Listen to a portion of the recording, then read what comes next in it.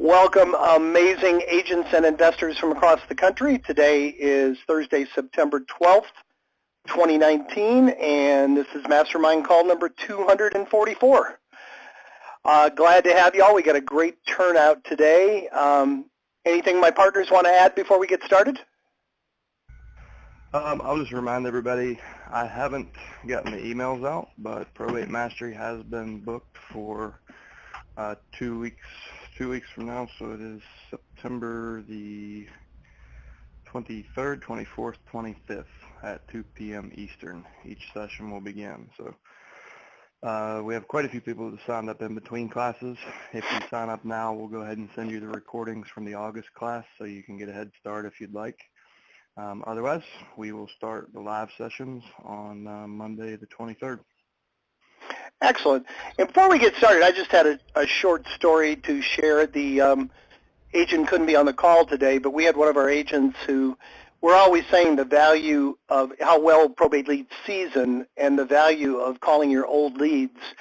We had one of our agents in a pretty competitive market in Florida who he loaded all the 1 to 3 year old leads into live broadcast and sent it out. And we always tell you, be careful if you're going to do that. Know the law, know your exposure and your possible liability. But on 1 to 3 year old leads, he got 48 responses, and he already took a really good listing and bought a condo at a 40% discount. So, you know, however you contact these people, we can't preach enough. Don't ignore your older leads. They're 80–90% of them are going to be sold, but the 10% that haven't sold are gold, literally, because they're finally ready to do something, and nobody else is calling them. Just wanted to, that's win of the week that I know of, but since he couldn't be here, I wanted to share that with everybody. And we have 4 people in the queue. We got plenty of room for more. Let's go to the first person. First up is phone number ending in 6248. You're up first. Good morning. It's Joyce Arnston Morris from Southern California. Morning, Joyce. Hi there. I have a probate lead, but it's really an extended family member. The man that passed away has 2 sons, and his wife, who is now in a memory care center and is incapacitated, has 2 sons. The 2 sons of the wife are my nephews by marriage. And I barely know the 2 sons of the husband that passed away.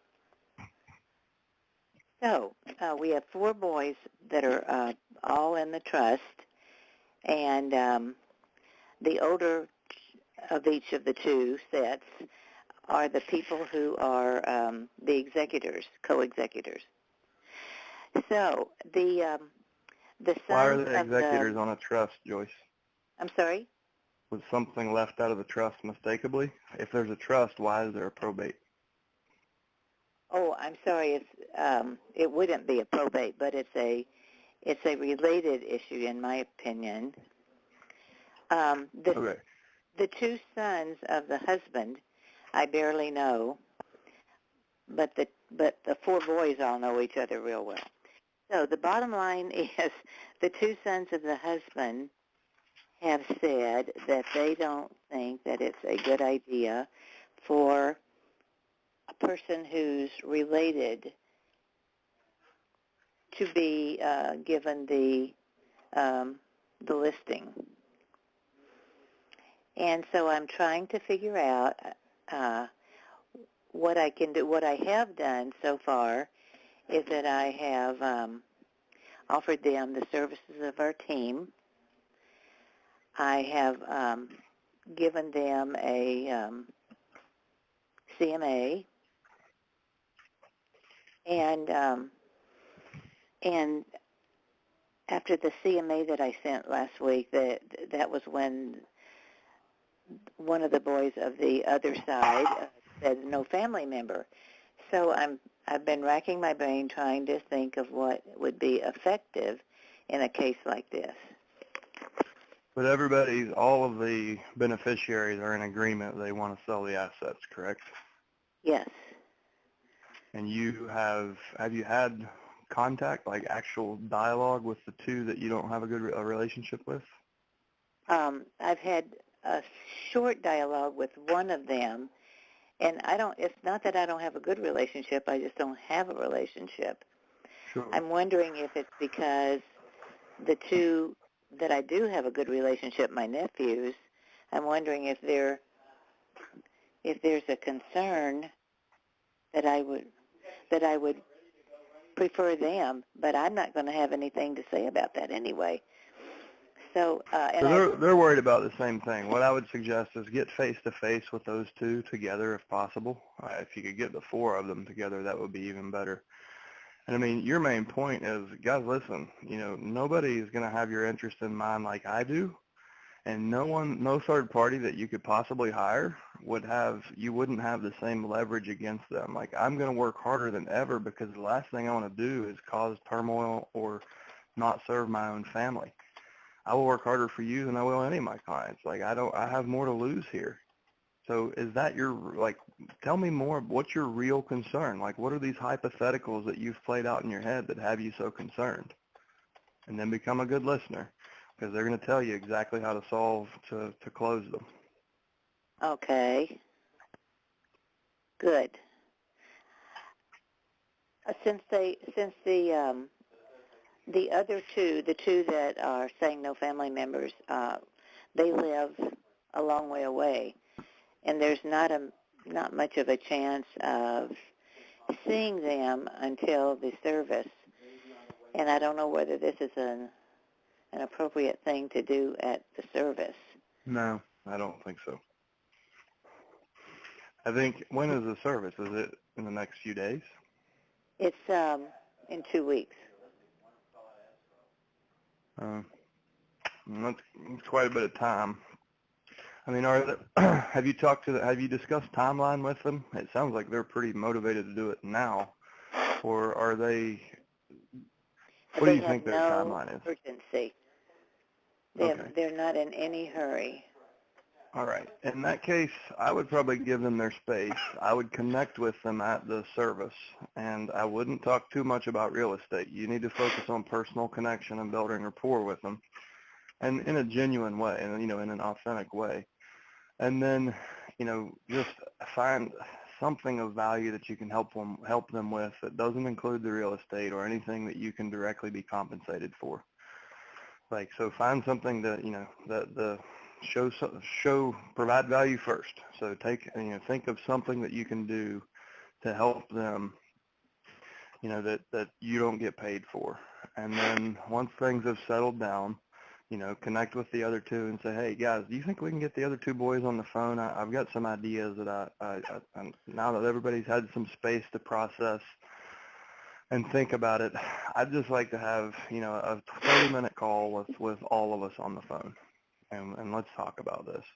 And if if what you might find is you can't overcome it because there's something in their past where they've had a bad business deal with a family member and that resulted in a social loss. And you probably won't overcome that if that's been their experience. But if you can connect with them and then find ways to provide value to them, and then ask to reconnect once they've had some space and they've gotten settled back into their homes, that's your best chance, I think. Okay. Thank you very much. I appreciate you. Sure. Hey, Joyce, when you said the funeral, it reminded me of Wedding Crashers. The movie. It was funny doing it at a wedding, probably not so much at a funeral. You probably don't. You probably want to, Chaz Michaels on that movie. He was the funeral crasher. He had like 100% close rate. That was insensitive. Yeah. I didn't mean it. It was a joke. Yeah, exactly. I'm just going to throw one other thing in, Joyce, about that is that one of the things that you also need to suggest is that as you do this, if you do get involved and have the opportunity to talk to them, is that make sure that they know that all of the communication that you're going to be doing in regard to the process and anything else could easily be and should be addressed to all of them we'll just put a mailing list together, and anything that gets dropped to all of them at the same time. And if need be, you're certainly happy to do stuff on conference calls and all that, so that everybody stays on the same page. And stress that open communication, because that's typically transparency and open communication eliminates a lot of the concerns about, well, one or the other of them might get a better shake on the deal. And as long as you're communicating openly with all of them, then they've got the opportunity to ask all their questions. I like that. Yes, I think that's good. Great idea. It's amazing All right. how people do silly things at a time like this. Yeah, it's emotional. It's difficult. People don't always, act logically when they're, when they're in an emotional state. So, but thank you for starting us off today. Appreciate it. So Joyce, do you like audiobooks? Yes. So we talked about this on last Thursday's Mastermind call. There's a book called Never Split the Difference by Chris Voss. And I would recommend you, if you can go through that book at least once. I would recommend twice between now and the service. Uh-huh. And what you need to learn to do is the labeling and mirroring exercise or technique is what I think you will really, really help you. So when they say something like, well, we don't want a family member to do that, to help us with anything, and say, well, it seems like you don't trust your family, and raise the tone of your voice and say, it seems like, or it appears, or it, just like label, and like if you can label the emotion driving the behavior, and then say that to them, and then listen. They'll oftentimes tell you exactly what the real story is. And with things like this, you never know what's hiding in their psychology that's driving that determination. But there's little tricks you can use to flush that out. And that book does a really good job of explaining that. So pick up a copy of Never Split the Difference. I like the audiobook. I think you can retain more of that book in the audio version versus print if you are used to listening. But I think that'll help you out, and you've got plenty of time to prepare. That's great. I will get that today. Thank you. Thank you for starting us off this week. Next up is phone number ending in 7145. You're up next. Hey guys, this is Jason from Texas. Hey, Jason. I have actually two things. One's a question and one's some advice. I'll start with the advice first. So there's a home. I was driving for dollars before I started to do the probate pillar, and I found a vacant home, and the person has passed away. There's no siblings or heirs or anything that I can see or that I've been able to look up. The only kind of information I found is that there was a reverse mortgage through the city. So I'm wondering, how do I proceed from there? Or is there a different way that I can go about finding out how to maybe purchase the home? What do you mean by a reverse mortgage through the city? The city is the lender? Well, yeah, the city's the actual lender. It was like a home rehab project or a home rehab loan where they have a certain amount of time to pay it off, and the actual deadline for paying it off is in December of this year. And what's the recourse? Are you familiar with that loan product? I am not. Is that for senior housing, or was it? It was a single family residential, but the person was up in age. I mean, so I don't know if it's strictly for senior type citizens, or I guess I could do some more research on that. But yeah, I would Hey, Chad, I've seen those in Florida. I'm sorry, you're not in Florida. You said you're in Texas, right? right. Yeah, we've seen those in Florida. Generally, it is a mortgage. Some of them are grants in the form of a mortgage that get forgiven as long as the person stays in the house for a certain period of time. So I would have your title company take a look at it and see what it actually is. That might help you make a good decision. Where I was going. It might be worth a trip to the courthouse to read the actual note, or if your title company will do a preliminary for you for free. I would want to know what the fine print is, because chances are that money came down from HUD, and there could be a clause in there that after X number of months, or I'd like to know what the recourse is in that loan, in the note. And tell us about what you've tried as far as, so you found this property, you went and you found out that the person on tax record is deceased. Have you skipped trace to try to find other family members, or how did you determine there's nobody there? Nobody? Have you spoken to neighbors, or? Well, I have not spoken to neighbors, but I have skipped trace through several venues, and there's no trace for like children. The couple did not have children. She passed away several years before. Then outside of that, the person, there was a death certificate posted in June, but no one has done anything yet as far as filing for probate or anything like that. So I don't have any personal experience with this, but I have seen it happen in Colorado. Some investors are savvy or shrewd enough to go out and actually open probate. They'll petition the court to open probate, and they don't, and they appoint a public representative, a public administrator. I mean, I don't know about the legality. I question the ethics of that, but I know it does happen.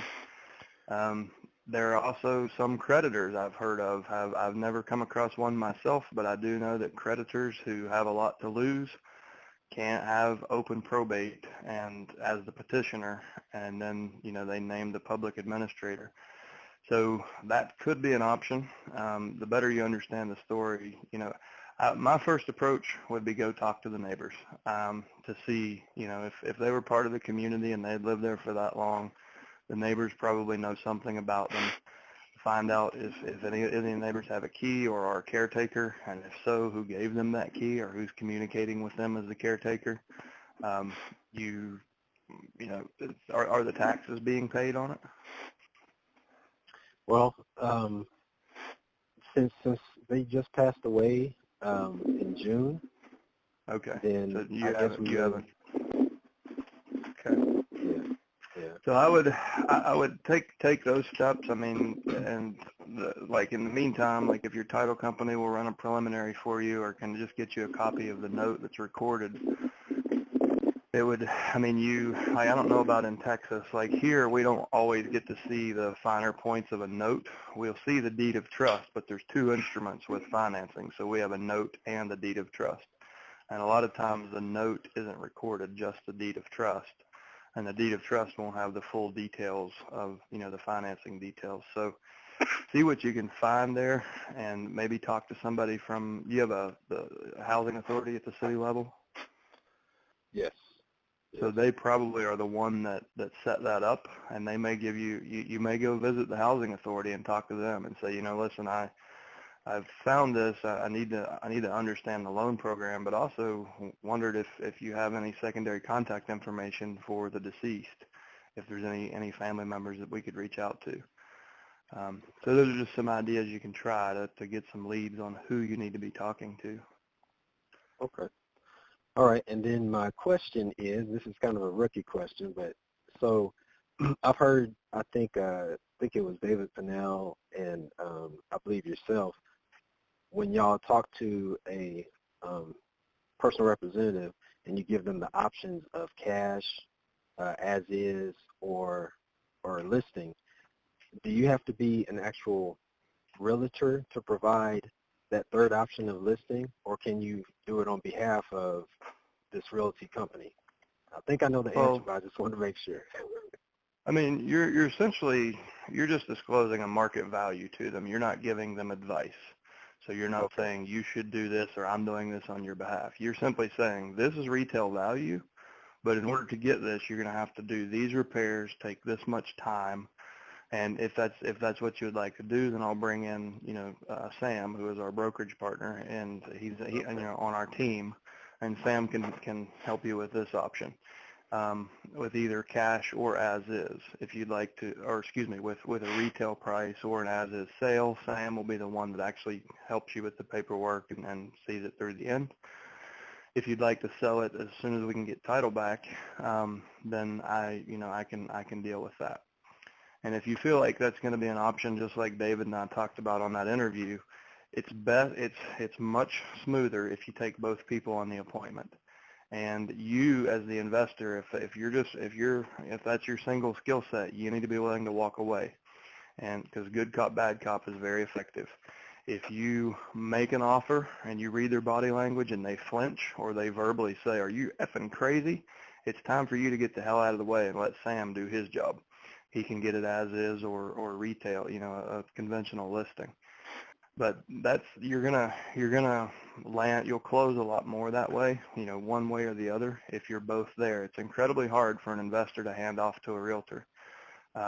If the seller, if they got emotional over the number they heard, they kind of lock down on anyone that person referred. So just as you listen to that, go back through and listen to it again. We talked about, so David, he's actually taking both people on the appointment.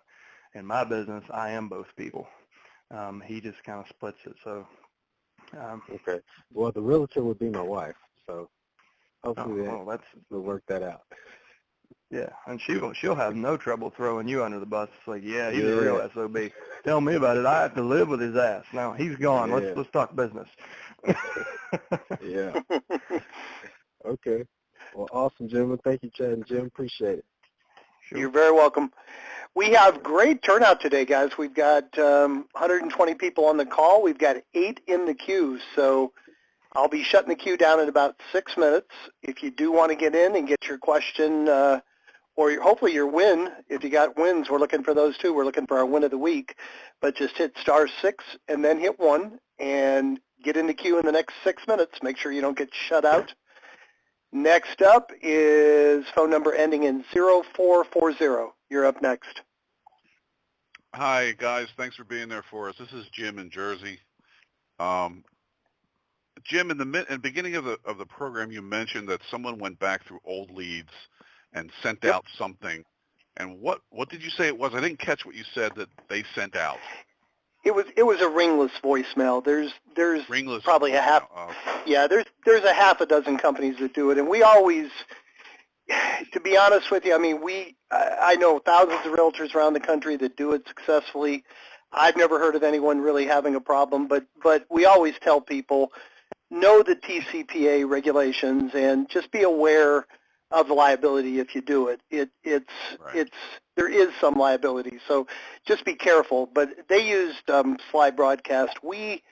If you're going to do that anyway, we recommend a company out of Canada called Voice Logic because they actually do the calls for you. You don't have to do anything. You basically just do a recording, send them the leads, and they do everything for you. So, it insulates you somewhat because somebody else is doing it for you, and you don't even have to go on the website and do anything. And you can get the cost down to like 4 or 5 cents a piece. It's just a really inexpensive way to contact a lot of people. But just, know the law, be careful. I have to say that a couple times every time I mention it.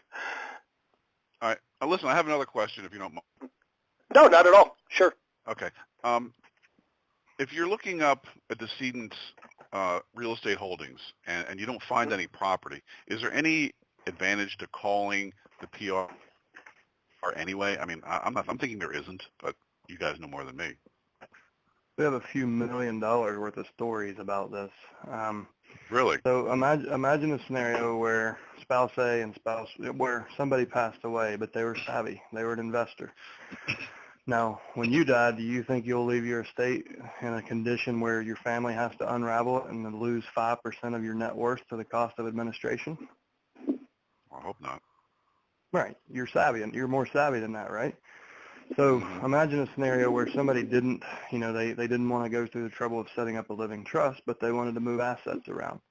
So they quit-claimed their house to their kids before they ever got sick, so they knew when they got sick, Medicaid would pick up the bill. They held a portfolio of rental properties all in the name of an LLC.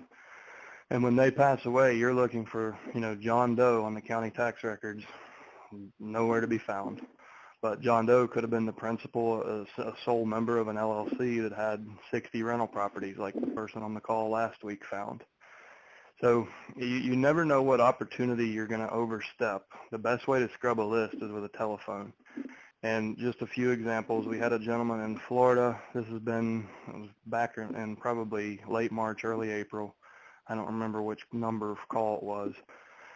But he called a gentleman. His father lived in a trailer park, basically had no assets. He had something worth more than $100,000, probably insurance or pension, or an annuity or something. But something was over $100,000 because he wasn't exempt from probate.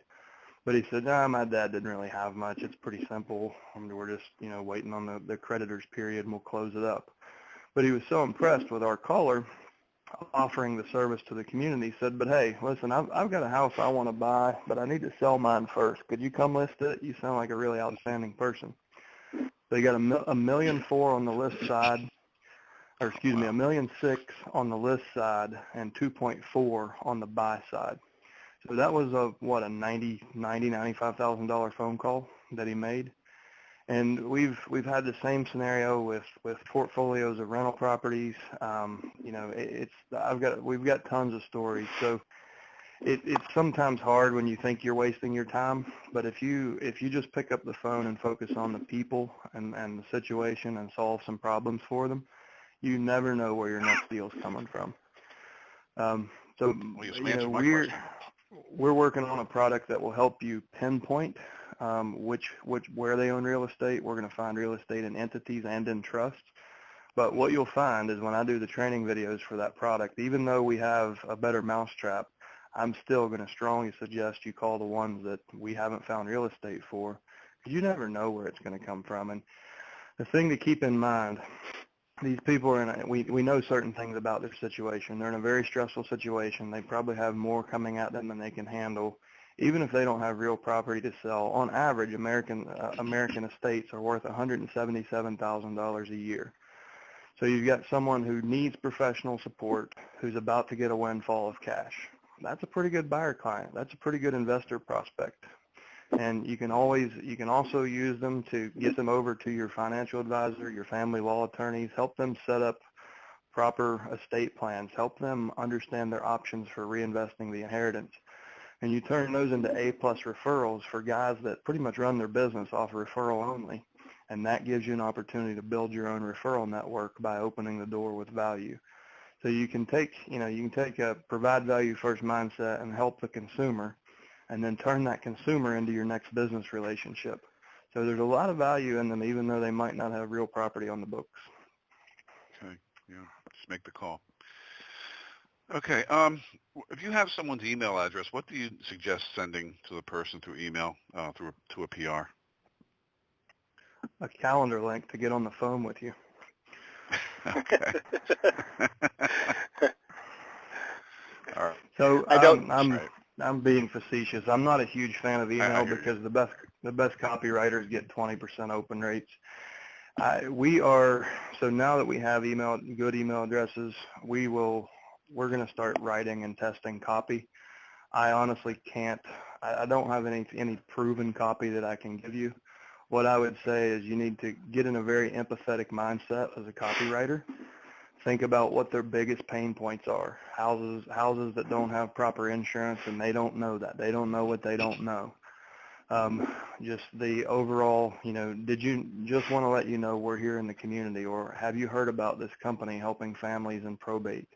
Like as a subject line, like try to use questions and like open-ended questions. And when they open that email, you want to say, hi, I'm Chad. I've got a team of people here locally. Kind of the same thing you would say in the beginning of a phone call. But less is more with email marketing. And just like I tell everybody, the only point in picking up the phone is to get face-to-face with somebody. You have no business selling on the phone. The phone is to build rapport enough to get an appointment and gather some information to sell in person. So I'll say the same thing for email, only keep it shorter than you do on the phone. So in a paragraph or less, get your point across and give them something actionable to do. Click here to learn more about our service, or click here to get on my calendar. Things like that, but keep it very short. You're working with people who didn't grow up on email. We're working with the baby boomer generation. So keep it short. Use big text.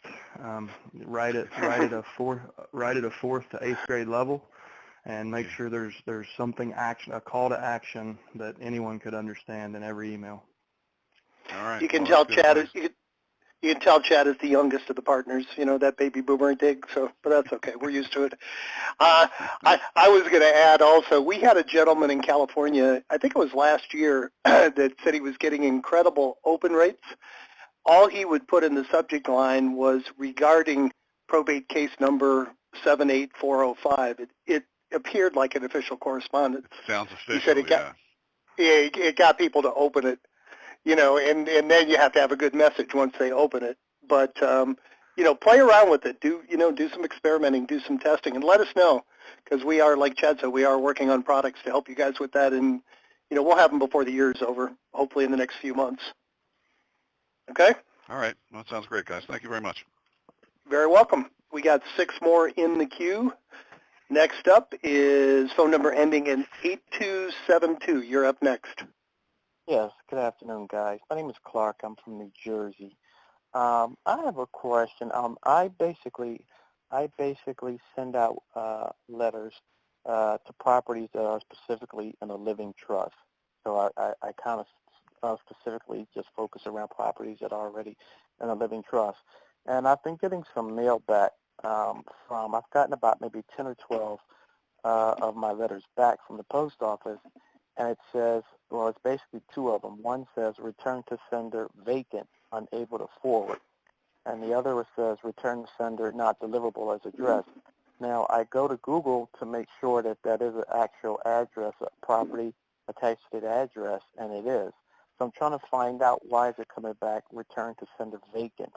Does that mean the property is vacant, or it's just not an actual correct address? So the way the vacant database is actually property of HUD, but it originates with a postal carrier. The rule that they use is when mail can no longer fit in the mail receptacle, their orders are to bring all of the mail back to the postal hub, and then they'll flag that home in a database as vacant, and they'll put that sticker on each piece of mail and send it back. So it probably is actually a vacant property because, I mean, it's not perfect. It's a government system. So it's not always perfect, but that's how it's supposed to happen. And in order for that vacant flag to be removed, either the recipient of that mail has to say, my house isn't vacant, please send me my mail, or somebody has to file for a change of address with that being their new address, and then that'll remove the vacant flag. So that it probably is vacant. I'm curious, where are you getting your list? Like, where's the address originating? No, I'm getting it from the website Successors Data. Okay. So I'm getting So are you mailing a beneficiary or the person who established the trust, or the trustee? I believe the person that established the trustee, I believe, but I'm not 100% sure. Okay. Because it gives us it gives me the address of the property, then it also gives me the mailing address as well. So that's why I was just wondering, how come I'm getting so many that, it's not a lot, but it's enough of them.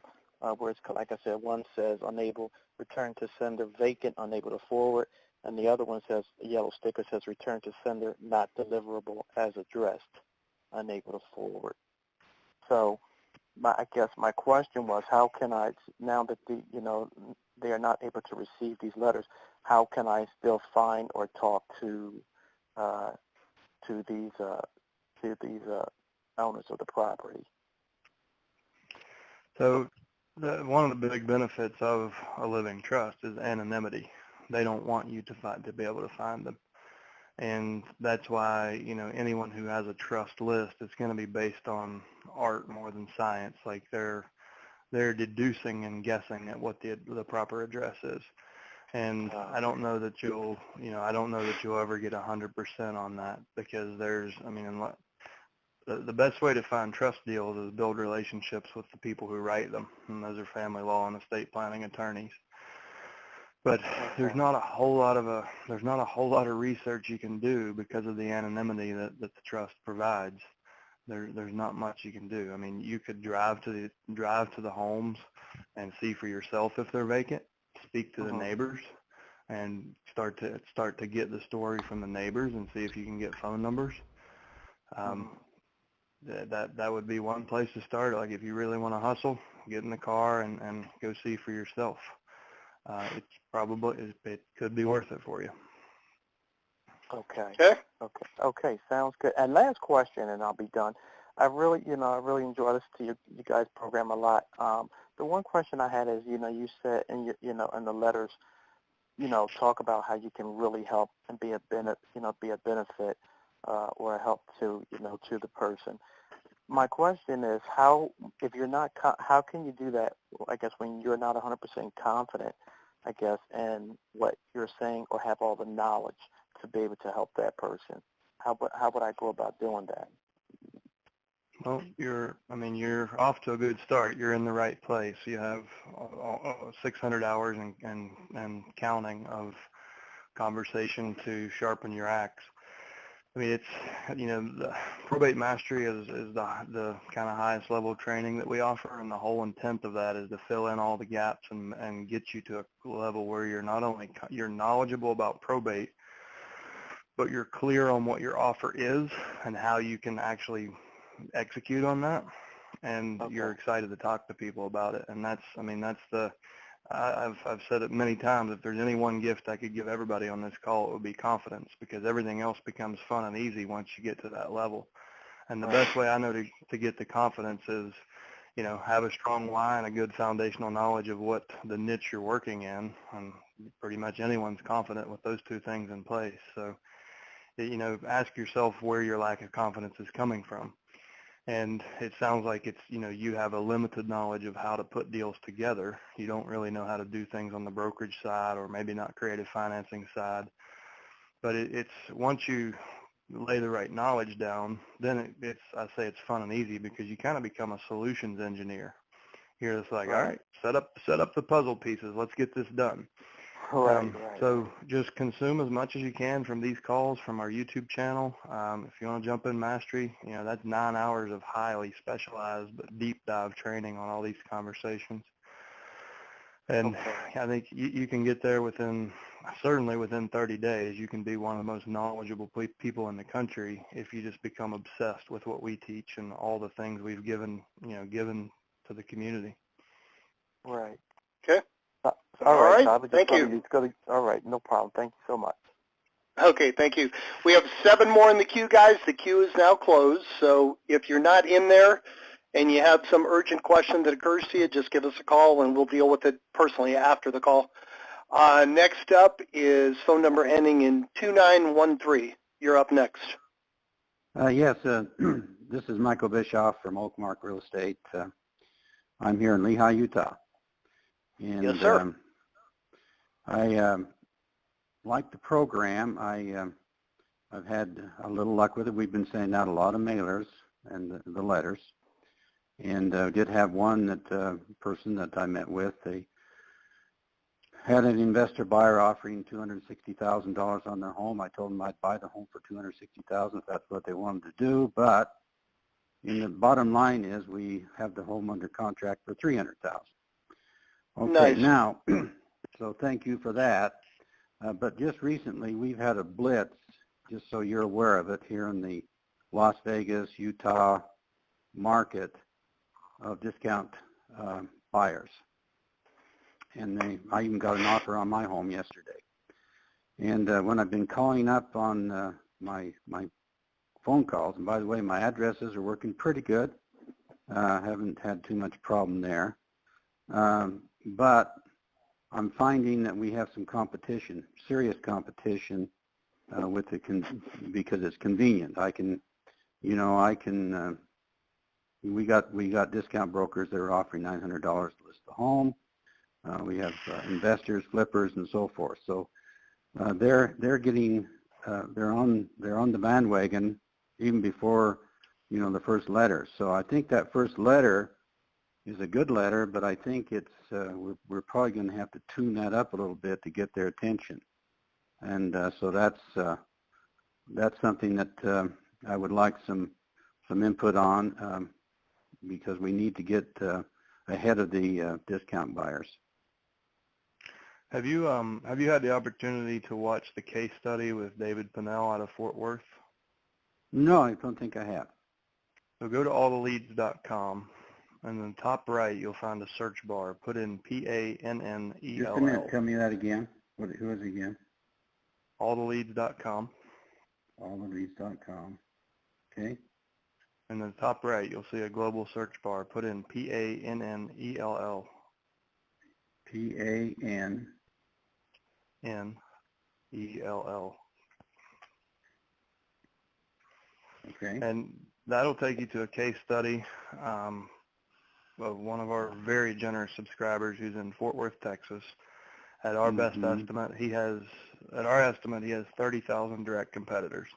All of the iBuyers are present in his market and have been. They're offering 80 to 90 plus cents on the dollar. Right. 60%, he'll do over 100 deals in the calendar year. 60% of those will be wholesales, and he's averaging, when at the time we recorded that, he was averaging 55 cents on the dollar on acquisitions. He was doing it through transparency. So what we talked about earlier, offering cash as is, retail, or a full renovation, like offering those options, creates so much trust that sellers who are also talking to iBuyers will gravitate toward him for a much lower number because he's transparent and trustworthy, and he offered real value and built rapport. The other thing you really need to focus on is crafting an offer that, even if they you need to have something, other gambits other than price, or other than real estate services.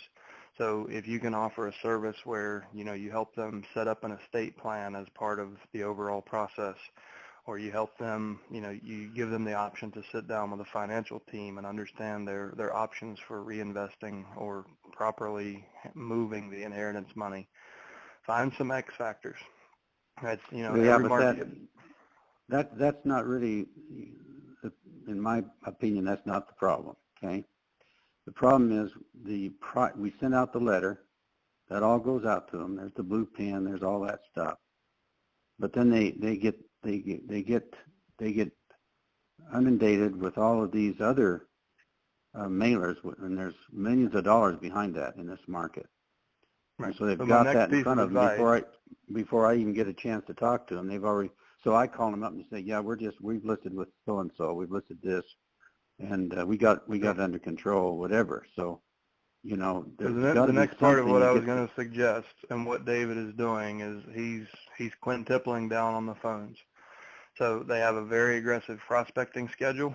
Even before the letter gets delivered, they're calling every day for the first 7 days, and then they've got a very systematic follow-up beyond that. So listen to that interview. I think you'll find some ideas, and David is proof that anyone on this phone call can be a multi-million-dollar producer, and regardless of market circumstances.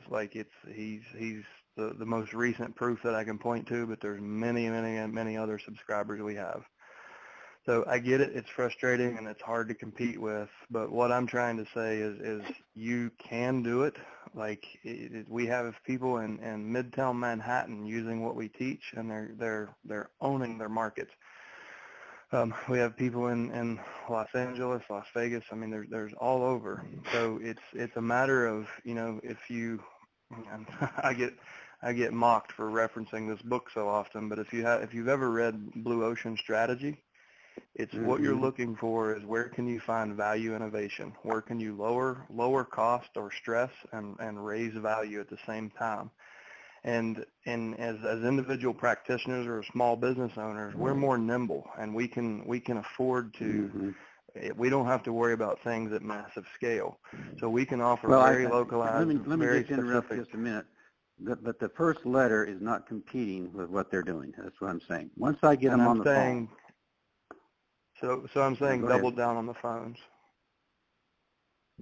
Before you send the letter out, he's right, saying but I think his point is also that he also is looking for some assistance in maybe let's give him a little help here, and we'll take it offline, but we can certainly help you craft a letter that, if you can talk a little bit about what they're being told elsewhere, at least your letter will have some of that impact that you're looking for. And what Chad is saying is that in addition to that, add some additional scale to your phone calling to overcome that so that you're top of mind. And that's what this is all about. They're getting top of mind. You're getting out top of minded by your competition because they're at it. They're pounding away at it. And I'd also add that we can additionally help you if you want to in any market. We can also help you with more frequent phone calls and do all the other things that need to get done. But if you'd like some help with, crafting the letter to make it more competitive with what they're hearing from people who may be offering at a discount or literally, I mean, you can easily paint these are guys from out of town coming into the game trying to take it, and I've been here for years. I know how to get this job done for you. I mean, there are ways to draw your uniqueness out, and I think that's what you're asking for.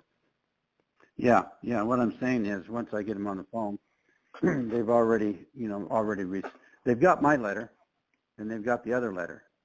And it's more convenient to go with the other letter because they've been offering right off the bat. So we come down to the third letter and we're offering some of those things.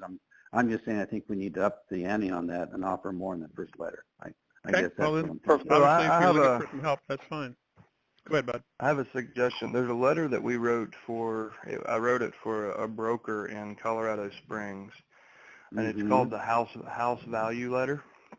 Okay. And it's essentially playing on the market strength and painting the picture of don't get in a hurry and leave equity on the table, because the market is strong right now. And you might check out that letter. It's less direct and less, we know somebody passed away, and more of but check that letter out. If you go into under Mailbox Motivator letter and brochure samples, look at the house value letter. The other one you might consider is a 2-page letter, and it's called Probate Social Enterprise, and I also wrote that one for the same market. You're actually addressing that. The house value letter is actually addressed to the deceased. It looks like more of a farming letter, so it looks like more of a broad campaign you sent to the whole neighborhood, where the Probate Social Enterprise... I'm sorry? So where do we get those letters? I guess you go to Mailbox Motivator, letter and brochure samples from the subscriber portal. Okay. All righty. And I don't want to take any more of your time, guys. Yeah. No, you're good. Thank you. We got a few more in the queue, but good. And I was just going to say, as much as, we do have things that work everywhere, we don't ever want to give the appearance that we're a one-size-fits-all. If you guys ever need individual letters, help, that type of thing, don't be afraid to contact customer support, support@allleads.com, and somebody will get back to you. If you want to take a blend of those two letters, let us know. Tim's mailing crew will help you with that. Okay? Yeah, the only other thing I'd say is if you're looking for some help, the other thing you need to do is provide as much factual information as you can about what your competition is offering. If they're offering a specific discount, if they're offering, the things that they are offering, those are the things you need to counter in your letter, and you don't counter them by saying they're not going to do it. What you do is talk very positively about what you do and the team that you've built and all the other sorts of things are there. We'll be glad to help you. Let's move on to the next. I think we've given you a bunch of things to work with, and if you want some help, we're here for you, man. Thank you.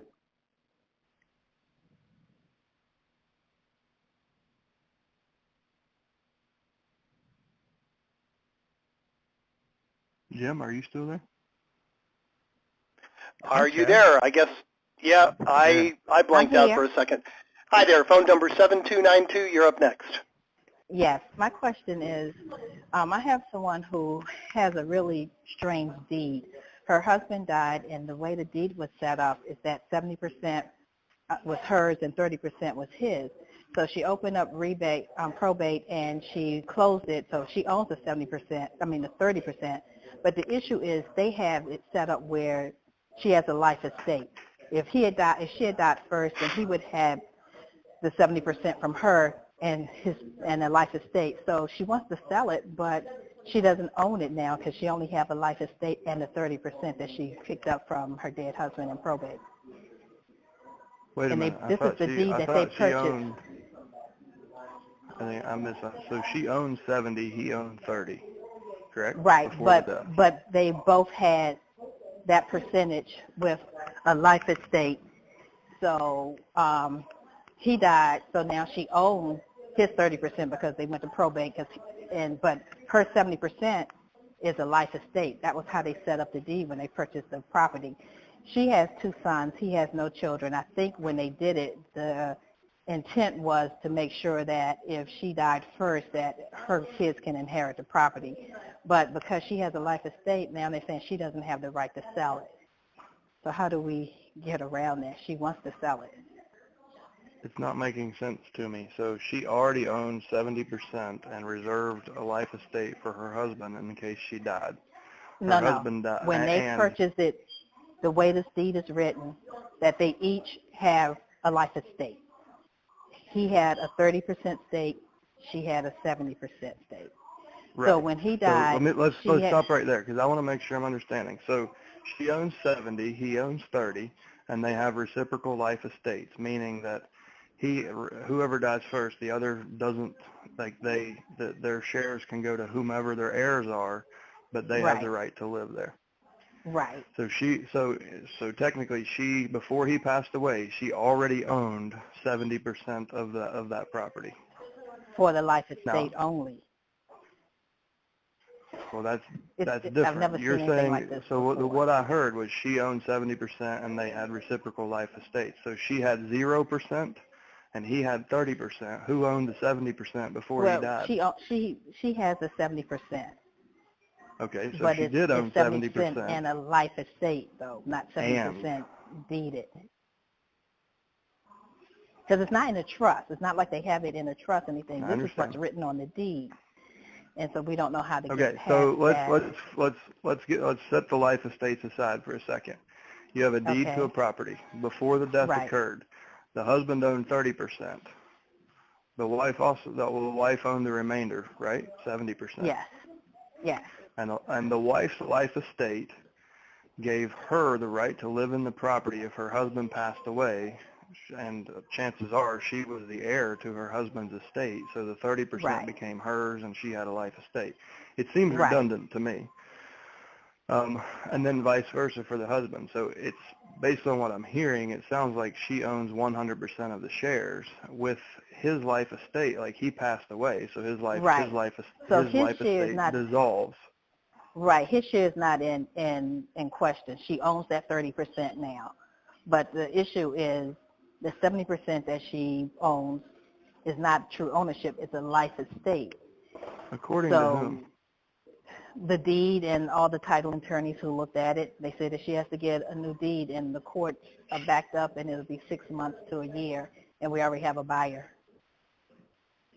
Yeah, that sounds like a really, really underskilled attorney wrote that. Yeah. It doesn't make much sense to me.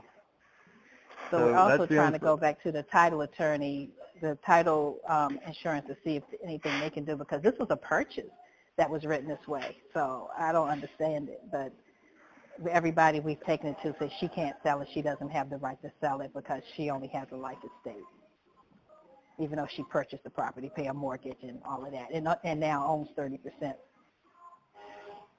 So if she only has a life estate, where did the other 70% go? If she has 30% and a life estate, where the heck did the 70% didn't just disappear? She owns that 70%, but they're saying because it's set up as a life estate that she doesn't have the right to sell it because she only has her 70% interest. So there's two different things. A life estate is not ownership. You have ownership and you have a life estate. You have the right of occupancy. So what I'm saying is, where did the ownership go? Where did that 70% go? If she doesn't have it, who does? I don't know. I guess it's to her kids. I don't know. Yeah. Because they're just saying that she has to go, that the deed was written crazy and that she can't sell it. She has to go to the judge and have him reissue. The good news I was going to say, in your entire career, you'll probably never run into this situation again. No, and your end game on this is to be the listing agent or for an acquisition? I'm the buyer's agent, but I'm working with them to try to get it handled. Oh, so you're representing a buyer on somebody else's listing. I'm representing the buyer on somebody else's listing. Well, yeah, it's tough. Is your buyer willing to wait? He's willing to wait for a while because initially we were told it would take maybe 3 weeks to 2 months, and now we're told it can take 6 to 12 months. He's not going to wait 12 months. You don't have much leverage here. What I would do is I would present a contract amendment that says, closing date is hereby amended to occur on, within 45 days of clear and marketable title. But also give your buyer the right to pull out of the contract with 48 hours notice and not lose and all kind of things. So, okay. Still there? I don't know. I think we lost her. Hello? But, Hello? She's back. Yeah, hang on a second. I'm sorry. We lost the last caller. You're up next. Any closing comments there, Chet, on what she was saying? Not much you can do, it doesn't sound like, right? No, I mean, she's in a tough situation because she, as the buyer's agent, she doesn't really have leverage with anybody, and it sounds to me like it was just poor legal work that's put the family in a bad position. Yeah. It's kind of like, as you all know, my wife's done a couple thousand short sales. It's like she gets calls from buyer's agents saying, can you help me with this short sale? Go buy a different property is probably the best advice because, the buyer side of it doesn't have much leverage, unfortunately, unless you got a highly cooperative seller. And unfortunately, she might be better off just to go find him another property. It sounds like a long shot. All right, last up this week is phone number ending in 2248. You're up last. Hey, okay, great. This is my We first saved the time best for calling last. you No guys. pressure. Yeah, I know. Hi there. I know. Okay, hi. I have couple of questions. This is my first time calling you guys. I want to know if I was looking at your site, what is it that you really offer? Like if I was to join all the leads, what is it? And how do I find out what I'm paying and what I'm getting out of it? So that I Sure, can I want to really start it. Awesome. Well, that's good news. This sounds like a sales call, and what I will do in about 5 minutes when we get off this call, I can have someone call you back. Is the 2248 phone number, is that the best number? That's the best number. Okay, don't pick up the phone. In the next five minutes, one of our amazing salespeople will call you right back. Okay, great. Wonderful. Wonderful. Okay, is that it? That's it. That's the question. But All right. I'm learning a lot. I did attend the whole thing, and I learned a lot. Awesome. Well, we're glad to have you, and we're looking forward to having you as a subscriber. I'll have someone call you shortly. Okay, great. Okay? All right. Thank you so much. Guys, thank you. I want to end this call. Good call today. We had about 125 people. We had a lot of participants. I think I know who the winner of the week is. Mike Bischoff. Congratulations. You're the winner of the week with some great questions and a good success story. Your salesperson will get in touch with you, Mike, and make sure you collect your reward. I want to end this call like I always do. I want to thank all of you for taking an hour out of your schedule to be here. Particularly thank those that actively contributed. And I want to challenge each of you, take one idea, one thought, one thing you learned or inspired you on this call, go out and put it into practice and come back next Thursday and share your results with the group. Thank you so much, guys. Make it a great week, and we will talk to you soon. Take care.